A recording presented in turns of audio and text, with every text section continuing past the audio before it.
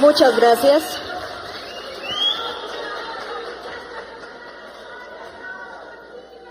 Muchas gracias. Bienvenidos a todos, muchas gracias. Bienvenido, señor presidente. Ahora le damos la palabra a la señora embajadora de México, la señora Marta Patricia Ruiz Anchota, quien llevará la moderación de este evento. Muchas gracias.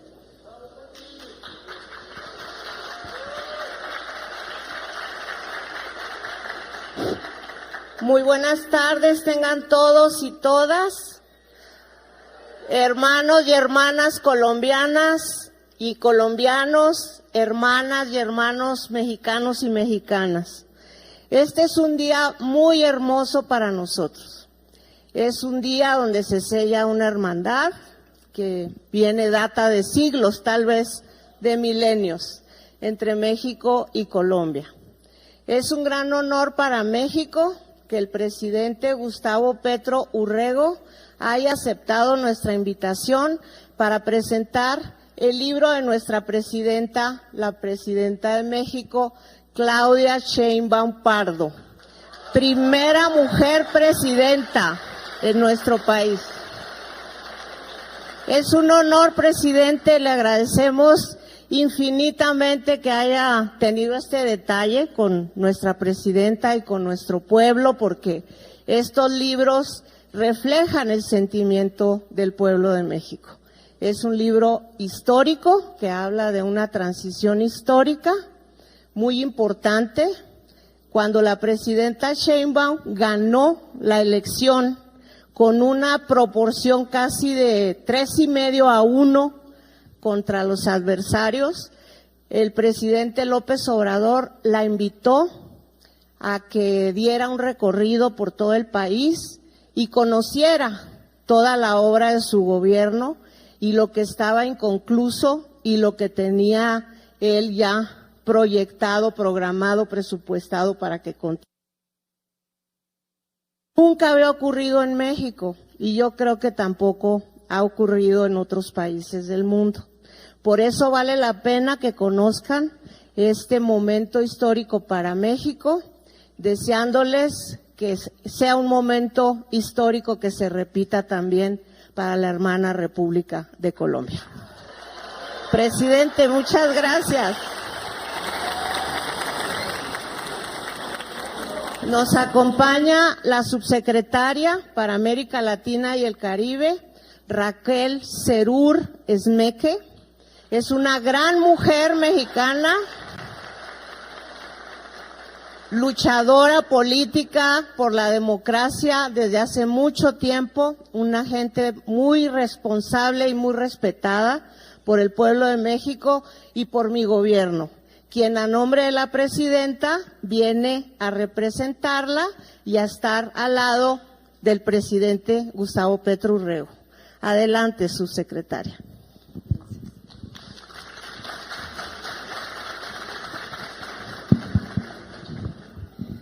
Bueno, muy buenas tardes tengan todas y todos ustedes. Para comenzar, deseo compartir a ustedes los saludos de la presidenta de México, la doctora Claudia Sheinbaum Pardo.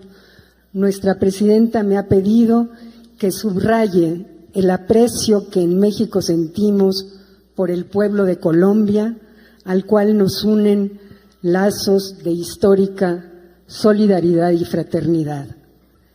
Dicho lo anterior, también agradezco la presencia de nuestra embajadora en la República de Colombia, Patricia Ruiz Anchota, y desde luego saludo con especial admiración y aprecio al señor presidente Gustavo Petro Urrego.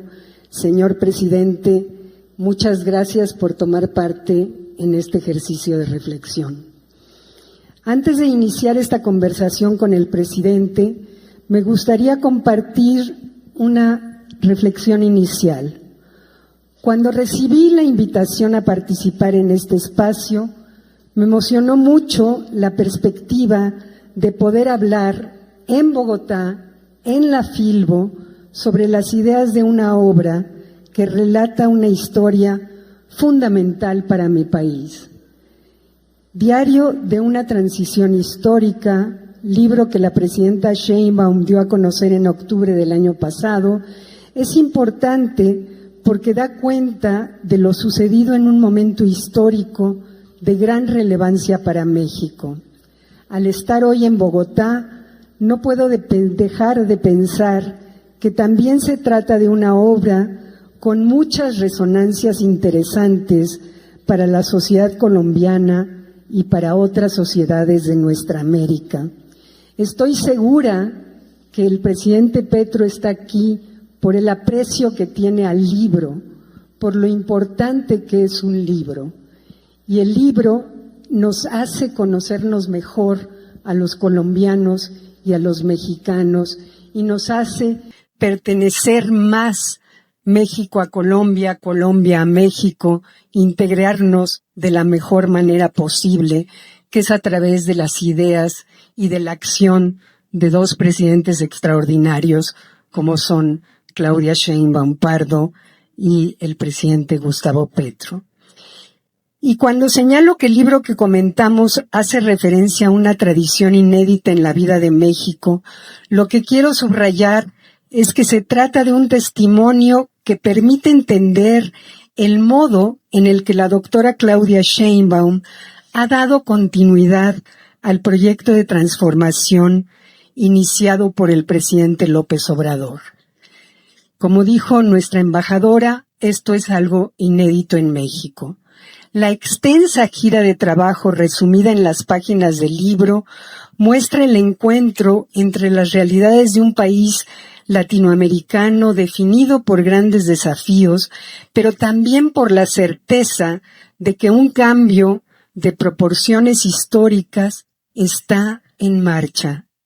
Eso me parece es lo que la presidenta Sheinbaum pudo atestiguar al recorrer los caminos, las ciudades y las plazas de México. De la mano del presidente López Obrador, la presidenta electa constató los avances en infraestructura, las reformas en materia social y los muchos logros en materia de soberanía energética y alimentaria. Al mismo tiempo, se trata de una obra que se ofrece a sus lectores como una ventana al universo personal y político de la presidenta Sheinbaum. Así, esta obra plantea una serie de preguntas importantes sobre quién hoy es la primera mujer en arribar a la presidencia de mi país. Y justamente es a partir de esta primera reflexión que yo quisiera abrir la conversación con el señor presidente Petro, que nos hace la gran deferencia de estar aquí en este momento, y que me gustaría, señor presidente, abrir con usted, si me lo permite. A partir de los avances que su gobierno, señor presidente, ha logrado en materia de equidad de género, entre los que destaca una mejor participación de las mujeres en la vida pública de Colombia, especialmente ocupando un mayor porcentaje de cargos de representación. ¿Qué impacto cree que tiene una mayor presencia de mujeres en espacios de poder sobre la toma de decisiones y la prioridad del país? Y por otra parte, ¿cuáles son los retos que usted considera que aún persisten en esta materia? Bien. Yo creo que hay que mirar ese tema en dos grandes espacios diferentes de participación. Uno es lo que han llamado el techo de cristal, que es no solamente en el sector público, sino también en el privado, tomar puestos en las jerarquías que ya se construyen alrededor del sector público y del sector privado. Tanto lo público como lo privado, más lo público, mantienen un sistema de organización piramidal jerarquizado como un ejército. De hecho, ejército y gobiernos y estados se construyen como produce la sociedad. En el siglo XIX y mucho del siglo XX, pues la sociedad producía en forma de pirámide, con capataces, con patrones, con mandos medios, hasta la base mucho más amplia de trabajadores, en ese entonces más hombres, que fue cambiando en el tiempo, y que movían máquinas para producir. Esa forma de organización se extendió al partido político, jerarquizado, se extendió a los ejércitos, obviamente, se extendió al Estado, y entonces siempre quedó la pregunta, bueno, en la cúpula, ¿por qué no hay mujeres? Y hubo una lucha porque en las cúpulas hubiese mujeres. En Colombia, la ley ya prácticamente en el tema del poder público garantiza una cuota que comenzó, fue una lucha. Yo participé en eso como parlamentario, siempre apoyé el tema, la cuota 30%, la cuota actualmente vigente 50%. Cuando vas a mirar el Congreso de la República, que toma decisiones haciendo leyes, no hay ese 50%. Depende de la forma como se presenta un partido político a las elecciones. Si el partido político representa una competencia interna entre individuos, ganan los hombres. Si el partido político presenta una lista única, alterna, le llaman de diferentes nombres, con lista cerrada, pero alterna, hombre-mujer o mujer-hombre, etcétera, siempre ahí surgen problemas, sale la mitad, más o menos, 50% de un género, 50% del otro, pero solo en la forma de organización del partido y de presentación en las elecciones. Eso debería cambiar, debería ser para todos, y la mitad de un congreso debería ser, al menos, también hubo esa discusión, si 50% es piso o techo. Siempre se debe escoger el derecho preferencial y es piso. Ya hubo esas discusiones. Bueno, ese es un espacio, el otro espacio es el de la sociedad misma. Yo le diría la base, una sociedad que cada vez más es en red, no acepta jerarquías, puede tender hacia libertades y hacia una nueva humanidad que aún no conocemos bien. También los métodos de producción han variado, son en red, en línea, no es la misma fábrica jerarquizada. Y entonces entramos a otra realidad, hasta ahora balbuciante, en donde, y ahí es la discusión que hay que dar, la mujer tiene que tener poder. Poder sin jerarquía. Esa discusión todavía no está muy adelantada. Algunas formaciones políticas la hicieron. Por ejemplo, me vi una película que se llama Libertarias en Barcelona, cuando estuve precisamente con la presidenta de México. ¿Cómo se puede ganar poder para la mujer, potenciar la acción de la mujer? Le dicen también empoderar, pero sin jerarquías, en una base mucho más democrática y en la base misma de la sociedad que implica el campesinado, que implica las etnias, que implica la cultura, que implica la construcción del arte, que implica la construcción de la ciencia, que implica las decisiones más claves, que no las da la jerarquía, sino la base de la sociedad. Muchas gracias, señor presidente. A mí me parece que es muy importante su reflexión. Y bueno, en el caso de México, yo creo que el que la doctora Sheinbaum haya llegado a este momento fue un momento clave para una inflexión en la historia de México, porque no se pensaba que era posible, y fue muy bonito también en su discurso cuando ella, en su discurso de toma de posesión, dijo: no llegué sola, llegamos todas, ¿no? Entonces, esta frase se ha repetido y, como usted dice, nos falta mucho por avanzar, pero estamos, yo creo que en muy buen camino.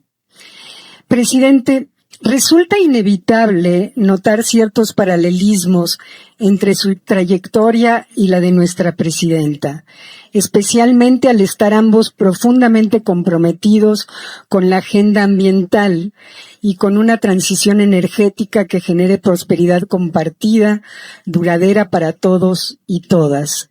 Asimismo, como jefa de gobierno de la Ciudad de México, la doctora Sheinbaum enfrentó múltiples retos en materia ambiental, En su caso, como alcalde de Bogotá, una ciudad no menos compleja que la Ciudad de México en este ámbito, ¿cuáles fueron los principales desafíos que enfrentó? Y en retrospectiva, ahora desde la presidencia, ¿hay algo que hubiera hecho diferente? Son dimensiones diferentes también, la alcaldía y la nación. Pero en la alcaldía yo tuve, digamos, casi que del inicio, en la campaña misma, de los 3 ejes que presentamos, uno alrededor de acabar la segregación social en la ciudad, cosa que no se ha logrado. Otro era precisamente este tema, que cómo una ciudad se organiza ante la crisis climática. Le dijimos cambio en ese momento, cambio climático. Y empezó una hechura de políticas que fueron las que me sacaron de la alcaldía. O sea, no fue por la lucha en torno a la justicia social que me sacaron, sino fue en torno a la lucha por la justicia ambiental. Me pasó lo mismo que a López Obrador, que en eso es similar el proceso mexicano al proceso colombiano. Sale incluso de su partido.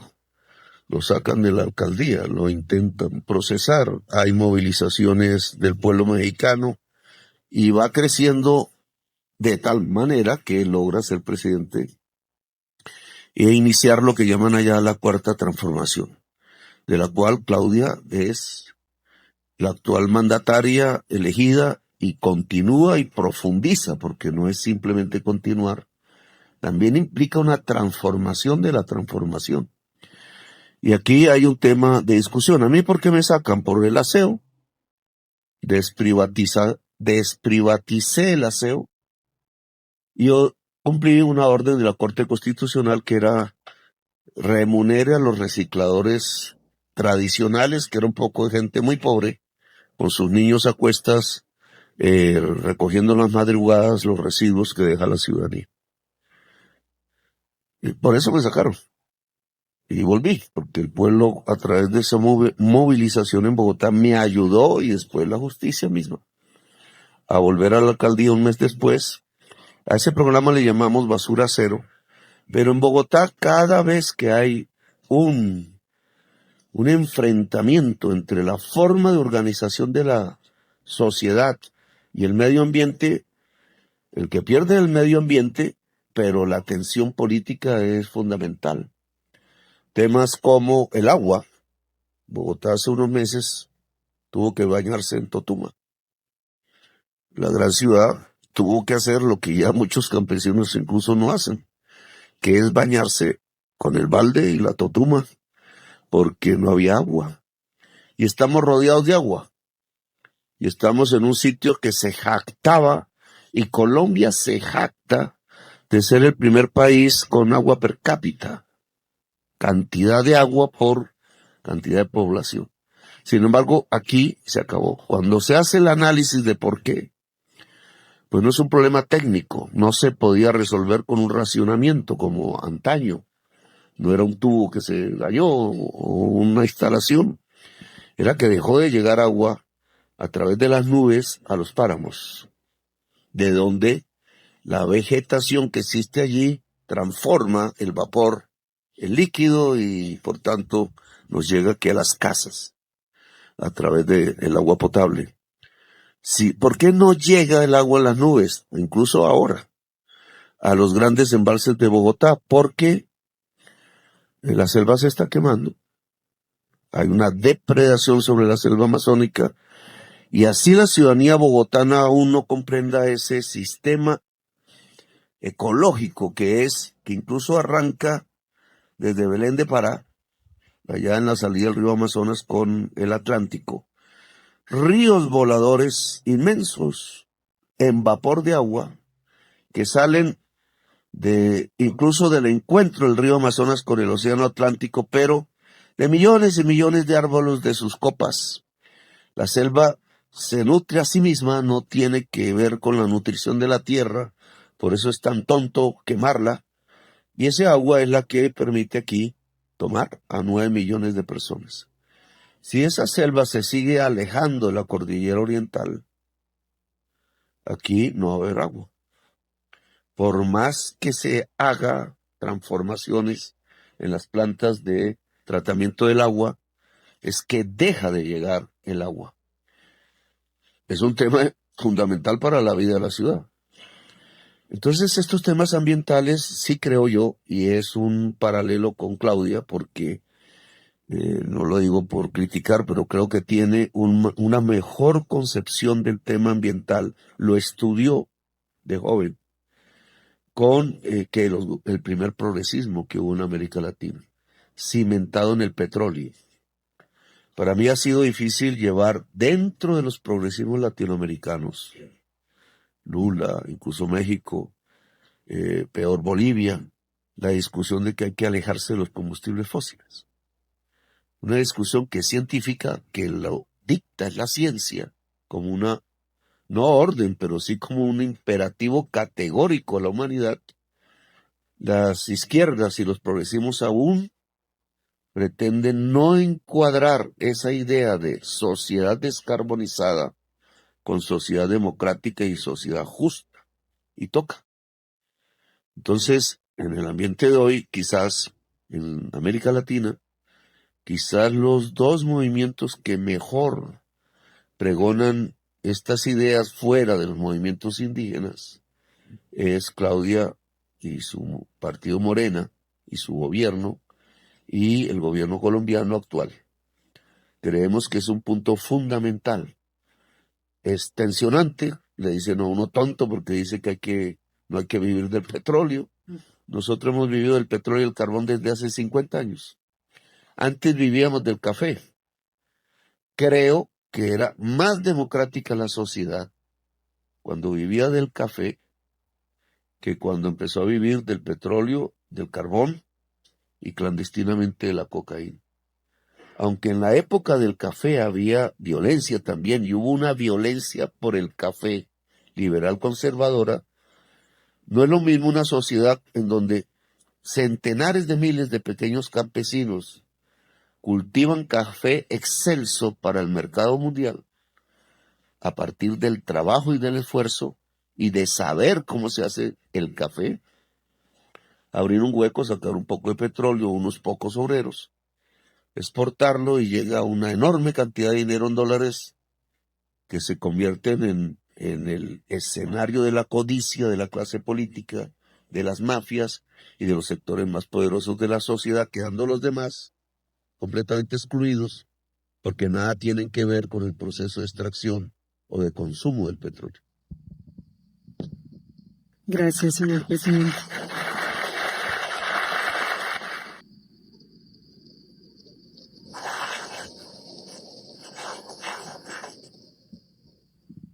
Una de las citas más poderosas del libro que presentamos hoy, que es para su conocimiento diario de una transición histórica,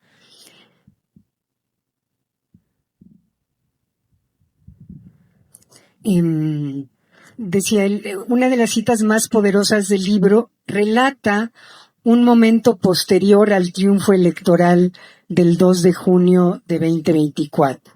Y dice así la cita: el lunes 10 de junio, el presidente López Obrador me invitó a comer a Palacio Nacional, me esperó en la puerta, nos abrazamos felices. No solo era una victoria electoral, era el triunfo de un movimiento, el de las mujeres que paso a paso fuimos abriendo camino hasta llegar al centro de la historia. Este pasaje no solo me recuerda la relevancia histórica de ese proceso, sino también la de otros liderazgos progresistas en la región, como en Brasil, Uruguay y sobre todo aquí en Colombia. Sin embargo, hoy estos avances conviven con un fortalecimiento de gobiernos conservadores. En este contexto, presidente, ¿cuál considera que debe ser el papel de los gobiernos progresistas para proteger y fortalecer la democracia en América Latina y el Caribe, especialmente después de su participación en Barcelona? Pues yo pienso que la actitud con la oposición, aceptar la oposición como una necesidad democrática. Hay oposición de oposiciones, pero debe existir una contraparte al ejercicio del poder, o muchas. Y esto que no es muy claro en la izquierda clásica, que se aprendió es en la historia, y que implica discusiones múltiples, porque si uno ve el caso venezolano al principio, pues son gobiernos elegidos mayoritariamente por la gente, con una oposición que busca darle un golpe de Estado. Y entonces, ¿cómo esa palabra golpe de Estado proviene de también algo que todo el progresismo latinoamericano lleva en sí, y es que cuando hubo el primer triunfo electoral y pacífico, Salvador Allende, 1970, la respuesta fue un golpe de Estado criminal, con desaparecidos. Ahora, cuando uno hace el balance de Colombia, pues ve que las cifras son 5 o 6 veces más grandes. Pero en aquel entonces ese hecho marcó incluso la decisión de la toma de las armas, que se extendió por toda América Latina también. Y solo 30 años después de exilios, dictaduras militares en el cono sur, prácticamente todo el continente latinoamericano, Colombia, a pesar de que nunca tuvo un militar en esta época, lo tuvo con Gustavo Rojas Pinilla, y no fue un dictador de esta época, sino de las ideas de modernización e industrialización que tuvo América Latina en los años 40 y 50. Ahora, después de 30 años de dictaduras criminales, surge lo que se llama la primavera latinoamericana, surge un progresismo. Los progresismos son diferentes por país. El error de Estados Unidos es homogenizarlos, como si fueran derivados de una sola corriente. Son multicolores. Y esa primera ola intenta perpetuarse en el poder per se, un poco imitando lo que la izquierda clásica había hecho en Europa o en el Asia o en Cuba. Eso no funciona, en mi opinión, porque al quedarse alguien en el poder, lo he dicho una y otra vez, el poder es una droga, transforma a la persona. Yo he visto muchas personas transformarse mucho, y quizá yo mismo. El paso por el poder tiene que ser rápido, si no esa persona se degrada. Es como el uso permanente de las armas, te degradas. Y esa degradación del poder pues lleva hacia el crimen, hacia el genocidio, incluso hacia el autoritarismo sobre el pueblo. Y terminas poniendo preso al pueblo, terminas golpeando al pueblo, terminas haciendo una serie de cosas que aquí en Colombia hemos visto, pero no de parte de nosotros, sino de parte de quienes han manejado este país durante 200 años. Entonces la salir y entrar e ir descentralizando el poder en la base misma de la sociedad es fundamental, y creo que es la tarea nuestra ahora, el segundo progresismo. El primero no lo pudo hacer. ¿Por qué no lo pudo hacer? Porque se sustentó en el petróleo, el carbón y el gas. Porque al caer el precio internacional, que lo hicieron caer para que se cayeran los progresismos y empobrecieran los pueblos, pues fueron perdiendo elecciones uno tras otro. Otros por violencia salieron, golpes otra vez, pero ya no de estado clásico, sino parlamentario. Perú, Honduras, Paraguay, Brasil, caso más grave quizás. Siempre tuvimos nosotros temor en esta segunda oleada de primavera latinoamericana que venía un golpe, porque había sucedido en la primera. O sea, el cierre de la primera oleada progresista no es por voluntad de los pueblos. En algunos casos sí, en otros no. Y en esta segunda oleada me parece que hay que tener muy presente, uno, la descarbonización económica, dos, la desconcentración del poder en el pueblo mismo, y tres, no ejercer poderes autoritarios, no pensar en la permanencia del poder. Cuando me decían busque reelegirse, sí, se puede buscar, pero no me pareció lo correcto. A López Obrador tampoco le pareció lo correcto. Creo que había que dejar un mensaje en el pueblo latinoamericano y en la humanidad de que las transformaciones se pueden hacer sin que el que comienza o la figura más determinante en hacerlas permanezca en el poder. Hay otros y otros, pero siempre en un proceso de desconcentración del poder en la base misma de la sociedad. ¿Qué quiere decir esto? Que las decisiones sobre el campesinado las debe tomar el campesinado. Que las decisiones sobre los pueblos indígenas las debe tomar los pueblos indígenas. Que la decisión sobre la mujer la deben tomar las mujeres. Pensando en la primera pregunta.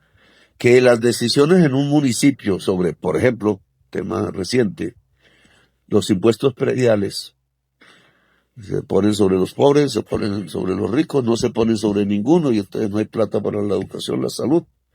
Pues la deben tomar los pueblos de los municipios mismos. Es decir, que hay que empezar a vivir cada vez formas más profundas de democracia. La democracia no es elecciones solamente. La democracia es el ejercicio cotidiano del poder en manos mismas de la sociedad y no en manos de algún jerarca, haya sido elegido o no haya sido elegido, que es peor.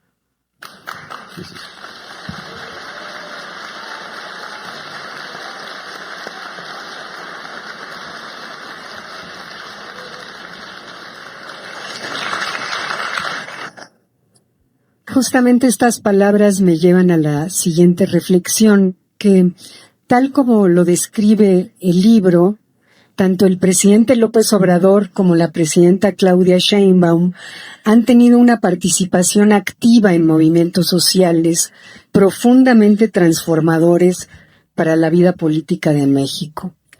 En el caso de la presidenta Sheinbaum, con su acercamiento al movimiento estudiantil del 68 y su militancia en el movimiento de estudiantes rechazados del 77, que se describe muy bien en el libro y es muy sabroso de leer. Después voy a hablar de esto, porque es importante conocer para nosotros los lectores, porque es importante conocer la trayectoria de un mandatario. Sé que usted también acaba de escribir un libro, Una vida, muchas vidas. A mí me parece que es muy interesante acercarnos porque nos da el conocimiento que no podemos tener de otra manera, y la palabra escrita también siempre nos da una cercanía. Entonces, esta parte del libro que habla del 68 y del 67, pues tomando en cuenta que usted mismo participó en la promoción de lucha social en Colombia en su juventud, ¿cómo cree que esa militancia o pertenencia a un movimiento social influyó en su proyecto político? Pues ha sido ese movimiento social en realidad. Ha participado en partidos políticos, dos fundamentalmente, el más es el M19, que no es partido, es movimiento. Y en el Polo Democrático hasta que salí. Después comenzó más bien precisamente la construcción de movimientos que siempre tenían como logo lo multicolor porque eran diversos y eran más bien articulaciones de movimientos sociales. Así gané la alcaldía de Bogotá y así la resistí. Y yo creo que ya lo que hicimos como en la primera elección presidencial 2018, en la primera que casi pues ganamos, pero no sabemos si ganamos. Quedará ahí en la historia. Pero ahí también era lo mismo, poner en manos del pueblo una campaña, no teníamos una arquitectura estructural de partido político, y fue el pueblo en esa diversidad Diversidad que en Colombia es muy clara y todos los resultados muestran esto, digamos. ¿Por qué somos mayoría de lejos en unas regiones y en otras no? ¿Cuál es la diferencia entre el litoral pacífico, donde tuvimos votaciones de 80, 70, hasta 90% en algunos pueblos afros, y una votación, por ejemplo, en el Poblado, en Medellín, o en Miami, que es peor? En Miami, somos arrasados, nos toca cuidarnos incluso. Ese tema tiene que ver con historias del pueblo, tiene que ver con cómo se construye una nación, qué es lo que pasó con los pueblos afros, qué es lo que pasó con los dueños de minas, por ejemplo, en Antioquia, qué es lo que pasó con los dueños de esclavos, qué pasó con los esclavos y las esclavas. Y esa historia, que indígenas, etcétera, esa historia tan diversa, que hace de Colombia una especie de collage regional, con historias muy diferenciadas, culturales y artísticas, en cada uno de esos colores diferentes del collage, tiene que ser mirado por la política, no para transformar en una idea que uno tenga previa, formateada, esos fueron errores de la izquierda, por ejemplo, clásica, sino para pegarse a ese collage e interpretarlo en sus diferencias y poder tener una especie de comunicación a pesar de las diferencias. Eso nos dio la victoria electoral, tanto en Bogotá como en el país. No omnímoda, una victoria difícil. Aún las encuestas muestran eso mismo. Una sociedad que se parte en dos, que tiene a veces dos maneras de mirar los mismos problemas que todos sufrimos. Entonces, digamos, tu pregunta, a ver, me estoy separando de tu pregunta, por estar ¿cómo era que era al final tu pregunta? Me vuelvo al tema. La pregunta era que cómo cree que esa militancia o pertenencia a un movimiento social influyó en su proyecto político. Entonces tenemos que la experiencia de Claudia debió ser, pues la leemos, pero no la conocí en el proceso mexicano, viví el mío. Nosotros somos de un pueblo obrero. Primero, soy descendiente de una familia campesina, costeña, caribeña, entiendo ese modo de vivir, de entender las cosas. Me crié ahí, mi sensibilidad nace ahí, pero mi construcción intelectual nace en Zipaquirá, donde llego a los 10 años a estudiar, como Gabriel García Márquez. Zipaquirá es un pueblo obrero industrial, por eso yo sé de las jerarquías industriales, porque así era su esquema económico, grandes empresas industriales y por tanto lo que llamamos una clase obrera, y cada vez más independiente y cada vez más capaz de ser independiente políticamente. Y huelgas, incluso paros cívicos, incluso hubo una insurrección cuando yo tenía 23 años. Promos 23, 22. Eso fue en el 83, 23. De ahí ya nos habíamos articulado todo. No, 83. Pero tampoco. Tenía 23, 22 años. Sí. Y entonces digamos, yo aparezco a la izquierda más o menos o me gusta, desde que tenía 13, 14 años. El golpe a Salvador Allende yo tenía 13 años, un niño, pero saca al colegio que es de curas, pero público, a la calle, es el mismo donde estudió García Márquez. Entonces nos fue sensibilizando en el 73, acuérdate que Vietnam ganó a Estados Unidos, y nos fue formando, digamos, dentro de una corriente que buscábamos intelectualmente como estudiantes entender. Y entonces leíamos libros, pero al mismo tiempo en la esquina nos podíamos sentar a tomar una cerveza con un obrero y ver su concepción de la estética, incluso en la tienda de la esquina, y a iniciar una conversación que no era una separación a pesar de que nosotros estudiábamos y él trabajaba de noche incluso para llevar la comida a sus hijos, sino que se fue construyendo realmente una hermandad, terminó en una insurrección y conmigo en la cárcel en 1985. 25 años, tortura, etcétera, y de ahí salí.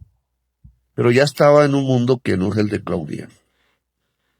Ese mundo ya era el de la resistencia armada colombiana, que tiene décadas de existencia y también su propia degradación. Por eso nosotros tomamos una decisión, creo yo, a tiempo. Ya cuando tenía 30 años, que es separarse de las armas, dejarlas, e iniciar a partir de un diálogo y un pacto, un acuerdo posible en aquella época. Hoy es casi imposible. El grado de actitud de la sociedad colombiana hacia un acuerdo era mucho más grande en el 89-90, porque habíamos salido de la gran tragedia de el terrorismo narcotraficante en las grandes ciudades de Colombia. Y había esa actitud, lleguemos a un acuerdo para salir de esto. Y dio origen a la Constitución del 91, en cuyas elecciones estuvimos, ya como movimiento político, y ganamos, relativamente. Entonces la Constitución actual es hecha en parte por nosotros. Yo no fui constituyente, era muy joven, pero ahí, gracias a eso, participé en la primera elección como congresista y salí, gané. Y ya pues la historia viene derivando hacia este momento, en donde toda nuestra actividad fue tratar, o por lo menos la mía, de no desvincularme de los sentires de la población, que es uno de los grandes logros de SM19, de pegarse en forma comunicacional con las aspiraciones de la población, sin imponerle un esquema mental, una religión o algo por el estilo, una doctrina, sino entender el pueblo y dejarlo ser. Al dejarlo ser, también veíamos que podíamos hacer lo que nosotros queríamos, que era una transformación de una sociedad semiesclavista, oligárquica y todavía hoy por hoy muy desigual, aunque hemos logrado muchos avances. Pues muchas gracias, señor presidente.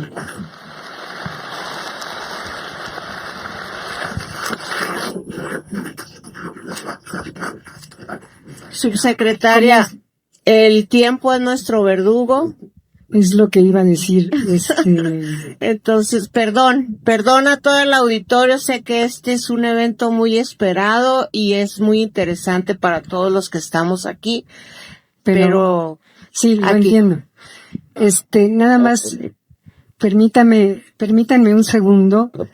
Tengo evidentemente muchas otras preguntas que hacer. Me dicen que el tiempo es limitado y lo entiendo, pero yo quisiera, digamos, cerrar esta conversación, si usted me lo permite, preguntándole la reflexión que tuve hace un momento. Para nosotros lectores es muy importante acercarnos a los procesos, a esa forma de intimidad que es el libro, y que en el libro de la doctora Claudia Sheinbaum uno se acerca y tiene la oportunidad de ver cómo fue esta transición, porque para nosotros los mexicanos que se haya dado esta transición, casi podemos decir que era impensable en otros momentos, y cómo la historia de pronto nos sorprende y nos da unas sorpresas gratísimas, como en este caso, de que se dé esta transición, se dé de una manera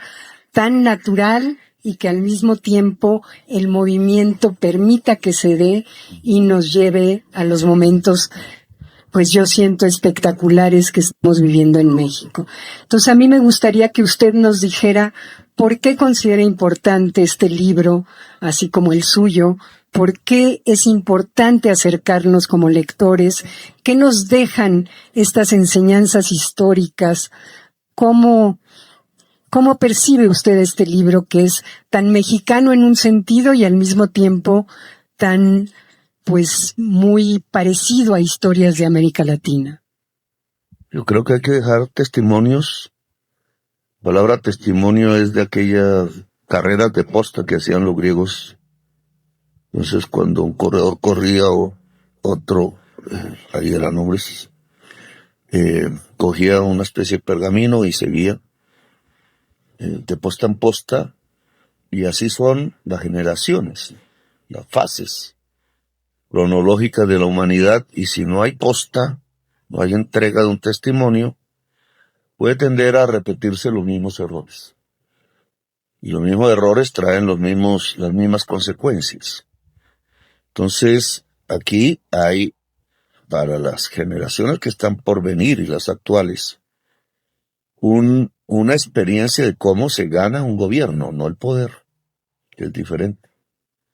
Si alguien o escribimos sobre lo que ha pasado en mi gobierno, o alguien lo hace, encontrará cómo el gobierno se estrella con el poder, una y otra vez. Las otras instituciones que intentan que el programa votado por el pueblo no se realice. No es un problema jurídico, de mala construcción jurídica. Es un problema de resistencia de quienes han gobernado siempre y controlan el Congreso, o controlan el Poder Judicial en diversas cortes, o la misma mentalidad de los funcionarios. Entonces tratan de detener un proceso de transformación. ¿Cómo hemos logrado, digamos, correrlo, no romperlo con la población? Pero, digamos, esas experiencias concretas en el mundo agrario, en el mundo industrial, en el mundo estudiantil, en el mundo del barrio popular, de la vereda rural, etcétera, de la paz o de la guerra, de la academia, cómo esas experiencias concretas pueden transmitirse en lo que resultó bien y en lo que no resultó tan bien y en lo que resultó mal. De tal manera que un próximo gobierno, por ejemplo, o una próxima generación pueda tomar las lecciones, no repetir los errores y profundizar los éxitos. Eso me parece clave porque es la entrega de un testimonio. Y en esa medida estos libros, a veces biográficos, a veces escritos sobre, análisis sobre, sobre un gobierno y no por el gobierno mismo, porque uno vive de una manera la experiencia. Es una experiencia intensa como manejar un Ferrari. Yo ya como estuve en la alcaldía sé que uno tiene que frenar antes, porque si el día que se va frena, el otro día es un desastre, es un infierno. No sabe uno qué hacer. Queda como congelado en el tiempo. Y es bueno la adaptación, pero indudablemente esta experiencia colombiana tiene que entregarse. La experiencia mexicana, la experiencia de esta época de América Latina. Hay discusiones por dar, que son regadas. Por ejemplo, México es económicamente interdependiente, no dependiente, sino interdependiente con Estados Unidos, por todo el desarrollo de la industria. Partes de un carro se hacen en México, partes en Estados Unidos y en otras partes. No pudo Trump romper con Claudia en el escenario diplomático que se ha vuelto como tradicional en América Latina de una imposición. Termina en una tensión, pero que lleva a acuerdos. Tampoco Claudia puede decir la integración es latinoamericana y me separo de Estados Unidos. No puede, porque manda al hambre inmediatamente millones de personas por la interdependencia económica. Brasil tiene otra circunstancia. Brasil mira más hacia Sudáfrica, hacia China, hacia Rusia incluso, pero sobre todo ese eje que se llaman los BRICS. Y nosotros no miramos ni hacia los BRICS ni hacia Estados Unidos tanto, sino que pretendemos que de nuevo exista integración latinoamericana, pero las dos más grandes economías son fuerzas que van hacia afuera, sin integrarnos nosotros. Ese es un tema a discutir. O sea, cómo se construye en la época actual una civilización latinoamericana democrática, que pueda proponerle al mundo, no que el mundo proponga solamente. El encuentro en Barcelona ahora con Claudia precisamente, Lula, Pedro Sánchez, Orsi, presidente de Uruguay, estaba Boric como expresidente, es hablarle al mundo. En este momento Latinoamérica le habla al mundo. No es como cuando yo era pequeño, digamos, o joven militante, entonces comprábamos libros en francés, ¿sabes? Igual que antes, igual que Nariño, o en español, para ver qué pensaban los europeos. Y creíamos en muchas de esas tesis y eran muy serias, pero hoy es al revés. Hoy Europa está perdida realmente en el escenario. Las sociedades están desesperanzadas. Las sociedades relativamente acomodadas y arias pasan a la extrema derecha. Los pueblos que han llegado ahí desde hace mucho tiempo salen a las calles, se expresan en la calle en grandes multitudes, pero América Latina empieza a ser un foro para Europa y un foro para África, que nos encontramos cada vez más, y estoy convencido que los pueblos allá en Estados Unidos, las diversidades de Estados Unidos, también nos empiezan a mirar. Y eso es, digamos, el poder ser en esta fase de la humanidad un faro de la humanidad, en una humanidad que está viviendo bajo misiles y oscuridad y desesperanza, incluso juventudes desesperanzadas, que se pueden poner otra vez la esvástica en el brazo. Y una Latinoamérica que al contrario tiene esa esperanza, que ve las cosas de otra manera, que intenta en realidad, así se equivoque, una transformación desde gobiernos, desde espacios, que coordina sus movimientos sociales, que se encuentra entre presidentes y no pasa lo que en la época del COVID, que no se hablaron ni por teléfono, que busca su integración y que empieza a hablarle al mundo en escenarios diferentes. Y él llega al mundo. En Santa Marta hay 57 países. Eso no lo dice mucho la prensa, ¿cierto? Pero hoy hay 57 delegaciones de países diferentes del mundo reunidos en Santa Marta, discutiendo y hablando, poniéndose de acuerdo en un plan de acción para salir de los hidrocarburos. Independientemente del contenido y la discusión, porque ahí había un cuerpo de la USO, Unión Sindical Obrera, tratando de que no entráramos, porque son trabajadores petroleros, y hay un conflicto ahí, porque se está diciendo hay que salir del petróleo, y un trabajador petrolero puede decir, y entonces yo, ¿de qué voy a vivir? Y un agitador sin mucho conocimiento le puede decir, pues salgamos a luchar contra el gobierno progresista y punto, y aliarse con la derecha. Pero efectivamente en esos planes de acción de la descarbonización hay que tratar de cómo los obreros y obreras del carbón, del gas, del petróleo pueden reconvertir su actividad laboral en energías limpias. Y es relativamente fácil, no es que sea un gran problema, pero 57 países del mundo están estudiando este tipo de temas en Santa Marta. Y entonces uno dice, uy, ¿cuál es la fuerza de Colombia para atraer 57 países sin la ONU, sin Trump, sin la China, sin los grandes poderes del mundo? Solo nosotros, con Holanda, con Países Bajos, juntos, porque nos atrevemos a pensar en un mundo diferente a la sociedad fósil y a la economía fósil de hoy.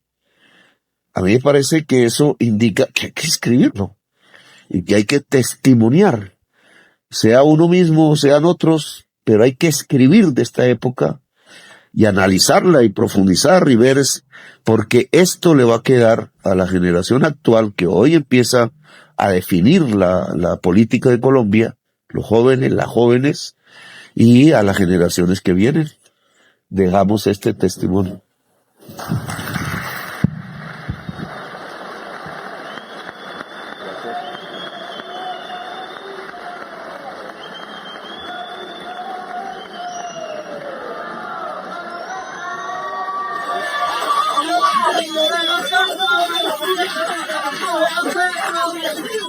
Gracias.